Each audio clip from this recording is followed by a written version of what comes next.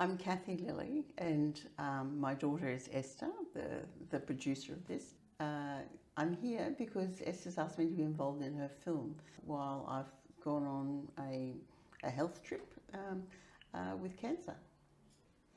I'm feeling great, actually. I'm feeling happy, alive, tired, but I'm feeling really good and relaxed, actually.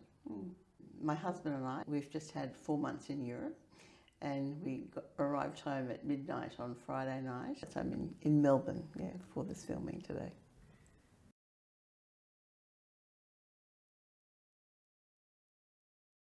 I feel completely normal, and I'm looking ahead with life. I don't look behind me. Since I've been declared cancer-free, I've been feeling fine. I've been feeling well. I've been looking ahead.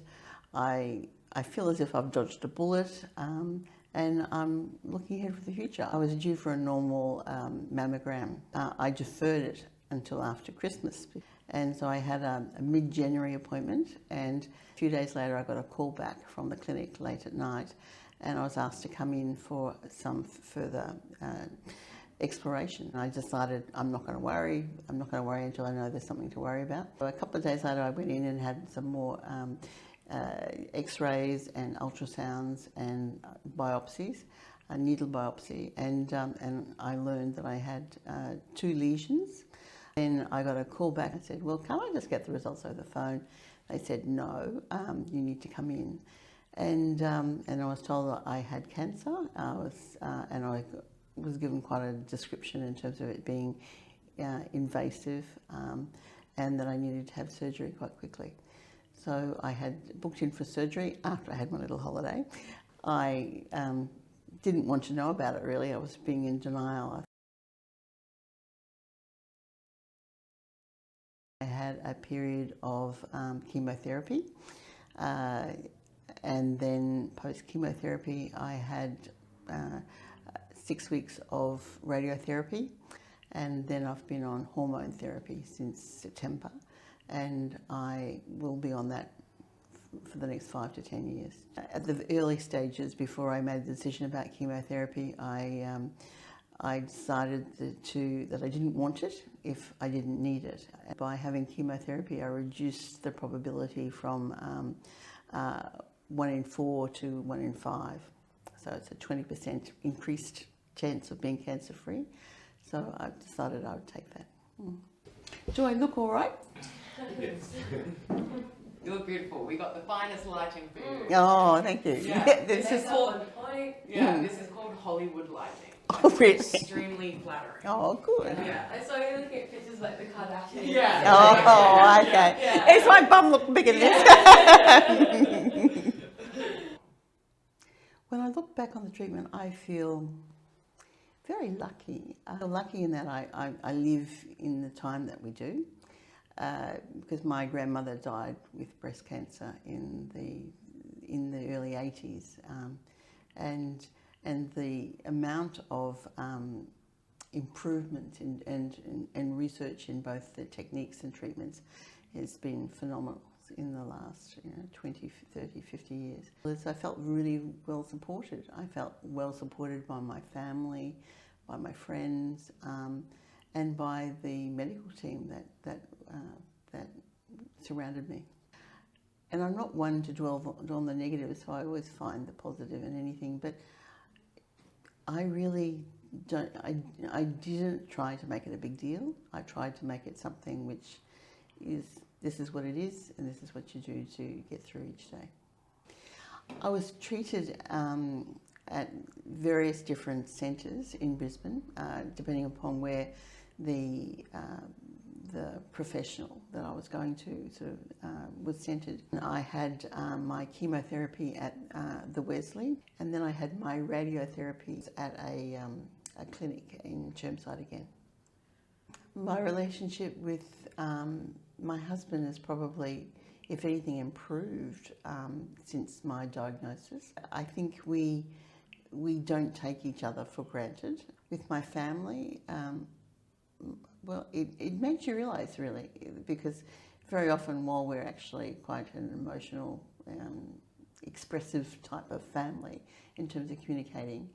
You still take for granted that this is what it is, but it's during times where there is something out of the ordinary, something out of the box that you Esther particularly gave me enormous support while I was going through the treatment. Ian, my husband, had several overseas trips which were planned and he couldn't avoid, although he was never away on the actual days of cancer infusions or the chemotherapy infusions. He was often away post. There is a 3-week lapse in terms of the cycle of treatment, and you feel sometimes physically fairly low at about 10, 11 days after the infusions. And at one stage I got an infection which Esther encouraged me to take more seriously than I was taking at the time. The chemo drugs are basically given to stop all fast-growing cells. So you lose your hair, your fingernails, it affects your teeth, it affects everything about you, because it wipes out your immune system to basically kill all the fast-growing cells. So it kills your good cells in terms of your hair cells and the things that make you feel vital and alive, but while also targeting the cancer cells, hopefully. 1 second, is that music fully effed? Just then it was. Yeah. Okay. Yeah. When you turn it up, I think But also when you down here, it's like 40. yeah, no, but like when you turn it up, I can't Sorry, hear can we it just all pause? Oh, you have my phone. Yeah. Sorry. There you go. Verity, can you take a photo of me while this is happening at some stage so I can post it to all my For the music. Instagram Yeah. fans? famous now. Yeah. I had an infection from my hand from washing up. I had a little break in my skin, and I had a community event, a car boot sale, which I was a coordinator for the very next morning, and something like 30 odd people arriving at 6:30 in the morning. And I was ignoring my hand because it looked like nothing. But Esther was monitoring it and said that I had to go to the hospital. Esther and I had a little bit of a tussle when I was trying not to go to the hospital, not to overreact, I thought, about this tiny little break in my skin. And Esther rang the 1300 health line to ask for advice about it, and then came to me with the phone with the 1300 health line, and they went through a range of questions, obviously triage questions, and then their system told me I also had to go to the hospital. So I thought to humour Esther and the 1300 health line, I went off to the hospital. They took me in, and then they found out I was neutropenic. I had like 0.000 something of white blood cells, and so they admitted me immediately, and then started transfusing various cocktails of antibiotics to try to kill off the infection. They admitted me to a ward, and I was in isolation. People had to gown up to come in and see me and put masks on, and they had signs on the outside of the door, in order that people who are unwell don't expose me to further germs or bacteria or whatever it might be. For several days they were monitoring my blood count, and then they gave me a booster of something to boost my white blood cells, and all the while though I was being transfused with the cocktails of different types of antibiotics. So I was in there probably for about 5 or 6 days. I was also experiencing a lot of pain in my fingers and my feet. I asked him, "Is this normal?" And it was identified that I was having a bad reaction to the different types of chemotherapy drugs that they were administering. And so he decided to change the mix of chemotherapy drugs I was receiving as a result of this identification of these peripheral neuropathy, they call it, in my hands and my feet, which is actually quite crippling. I couldn't walk and I could hardly hold things. After each infusion, you get you have to take all these steroids before and immediately after.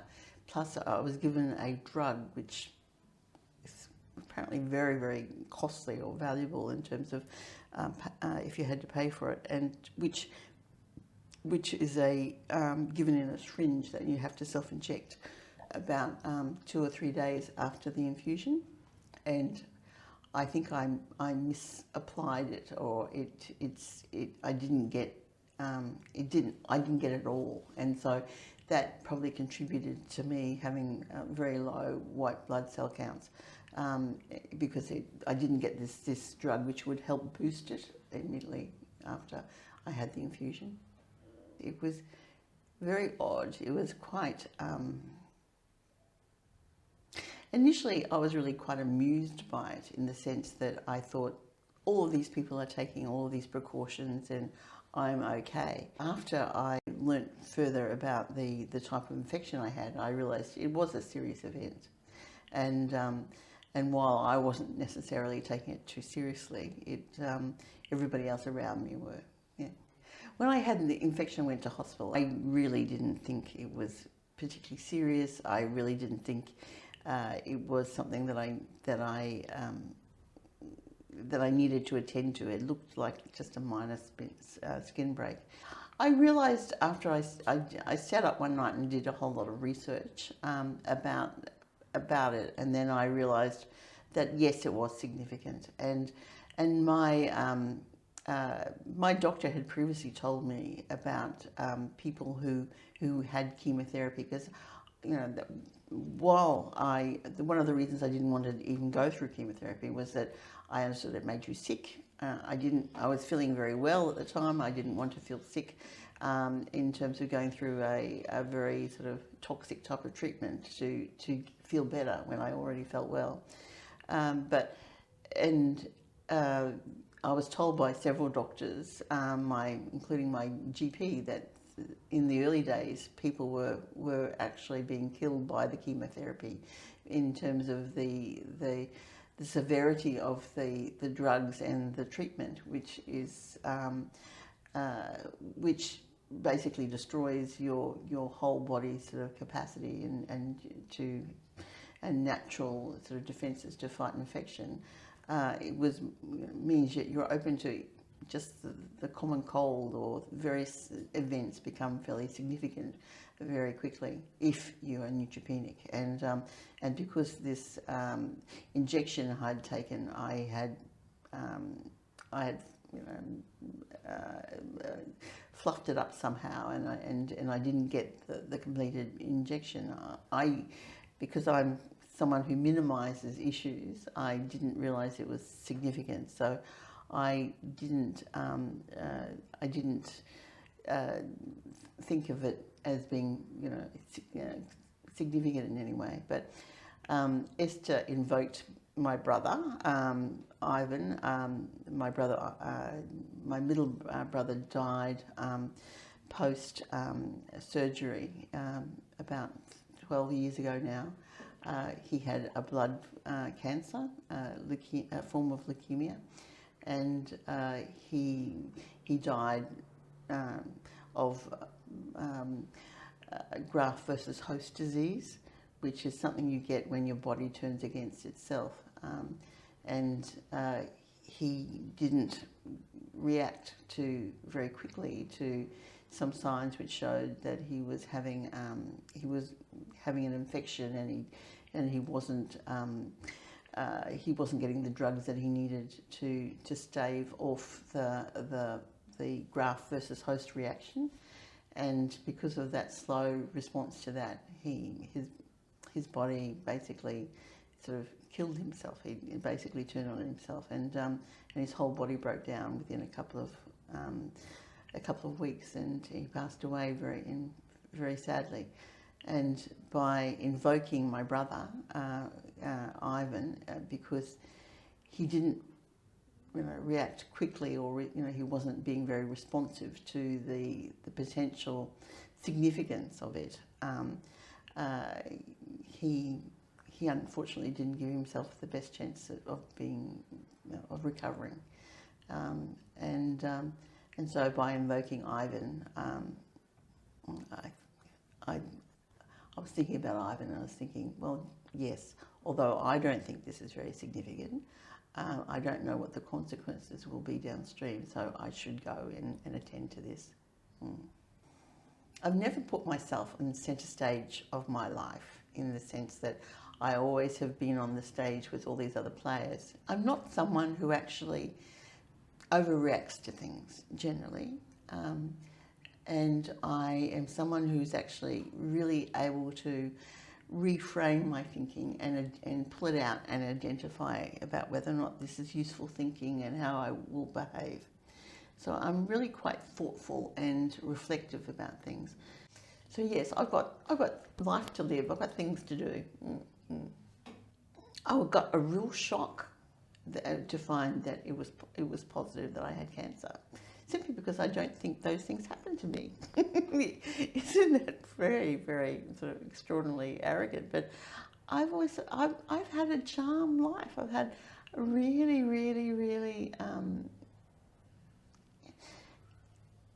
supportive life, a life that I feel very loved in terms of the family I've grown up in and the family I've helped made with my partner Ian, and so I don't, and I've been able to do well in the workaday world. I have been able to contribute and achieve well and get to a reasonably sort of responsible position.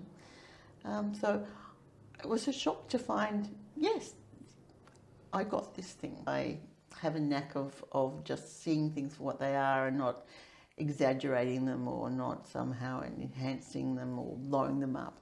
I think I put one foot off the other and it works. Did I feel shame? No, I don't. It's a complex emotion. I don't think I felt ashamed. But yes, one of the reasons I didn't want to have chemotherapy, apart from how toxic a treatment it is that I didn't want my hair to fall out, because I wasn't going to tell anybody apart from the people who really needed to know. It wasn't going to be something that I sort of shouted from the rooftop. But once all your hair falls out, you can't hide it from anyone. So then I realised I had to tell people, and it wasn't shame. It's a sense of reserve and privacy. I don't think that my health status is anybody else's business, but I realise, because I live in a very small community and I'm fairly active in that community, that me going around with hats on my head and various other things would be something that would be noted. So yes, so I had to be outed. I was outed by the actual treatment, but no, I haven't taken a label of being a cancer patient. I haven't wanted this to define me, because it doesn't define me. The surgery was very easy. I'm very lucky that I had 2 lesions. They were close together, and so I had basically, I call it a cut and shut, and so I didn't have to have a full-on mastectomy, and so I'm very lucky in that respect. So, and I just call it my gunshot grave. The chemotherapy meant, while you're physically low, because the treatment attacks your cells, I lost all my fingernails. I lost two of my large toenails. I lost all my hair. I had that skin infection. Also, I lost obviously my eyelashes. The radiotherapy, it really burns you. I've still got some residual skin colour change because of the radiotherapy treatment. You continue to use moisturiser for quite a long time because it's a very deep-seated burn, like a very deep-seated sunburn. I've now got my fingernails back. I now have got new hair. It's grown back almost as thick as it was when I was younger. They told me that I have 2 lumps. One was about the size of a centimetre. The other one was about 3 centimetres. And fortunately, if there was anything fortunate about it, they were close together. It was found to be very aggressive. It had been growing for 6 months or so, but it was growing very, very fast. And so they said that the cells were quite differentiated from normal cells, so it meant that they were quite an aggressive type of cancer. And they are now so developed in terms of the treatment regimes that it's not necessarily a death sentence to get cancer. Medically speaking, for 5 years there's a very active surveillance and monitoring system where every 3 months you go through and get checked by one of your cancer team. And I also have the hormone treatment, and the hormone treatment will continue for 5 to 10 years. My particular cancer is very sensitive to female hormones, estrogen and progesterone, and so I have this treatment which suppresses my hormone levels, which means that it's less likely again that this cancer, which is very sensitive to hormones, will have an opportunity to flourish. I think the filming of it has made me feel like I have a spotlight on me, and it has made me question my reactions and reflect on them. Their reactions to it are in some ways more significant than I would have anticipated, and because I am so Pollyanna-ish, I don't see why this is anything significant, but I also think it's a good opportunity to actually put something down for other people, because I've been given several cancer books, and I've been given a number of blogs and other things for other cancer people, and the story that they describe and the trauma personally that they've seemed to have gone to is something that I've not experienced, and I don't believe I'm going to fall down in a heap sometime in the next year or two and think, oh gee, why didn't I experience something more than this? It happened. Make the best of it, one foot after the other. The radiotherapy every day, like for 6 weeks, well, Monday to Friday for 6 weeks, and being burned and being, the closeness that other people get to you in terms of, the putting the machines in place, that was pretty intensive. But I'm very adept at basically disassociating. So I just disassociated myself from all of this, and you just put on this face, and that you're the person who you see every day, and they chat to you about, oh, I like that hat, and oh, you look really well today, and while they're burning you and burning you and burning you is something sort of quite incredulous. But my radio-oncologist told me that this is really challenging, and it's basically a life and death thing where you put all of this into perspective. Even during the 18 months from the diagnosis to now, they're still making improvements in terms of the therapies and the treatments that are available to women with breast cancer, and so it's not a death sentence, and It's a minor physical issue in this wonderful sort of 21st century of medical treatments. It is obviously something that they have a lot of capacity to deal with. And I'm just going to say, okay, 2018, yeah, it wasn't the best of years, but my husband decided to, as a result of this, to retire earlier than he potentially may have done. And we're just going to go enjoy life. If I could give anybody else some advice, it is to get regular mammograms. Yes, do check your breasts, know what they feel like, what's normal.